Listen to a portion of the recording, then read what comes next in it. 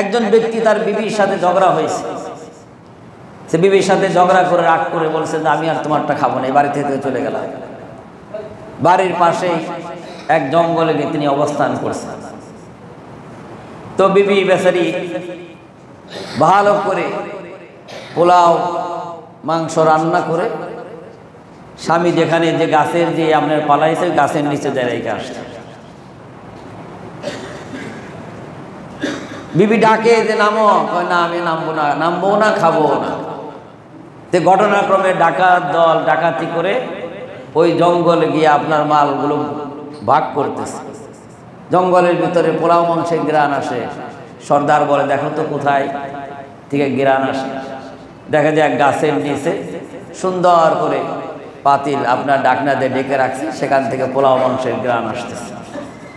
গাছের উপর দিকে তাকিয়ে দেখে এক বেচারা বসে আছে।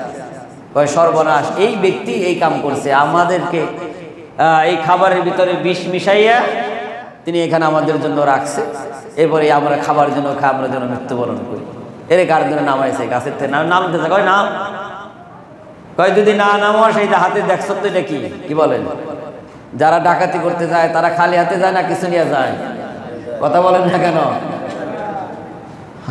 কিছু নিয়ে যায়, খালি হাতে যায় না আর কি।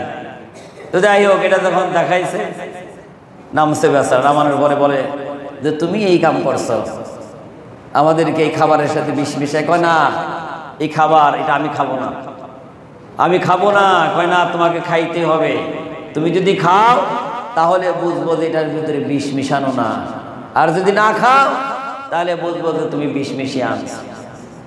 যাই হোক, এই বেচারায় খাওয়াইছে। এখন খাওয়ানোর পরে বেচারা মন্তব্য করে, আল্লাহ যদি খাওয়ায়, কি বলেন, এভাবে গাছের থেকে গার ধরে নামে আল্লাহ খাওয়ায় কিনা বলেন?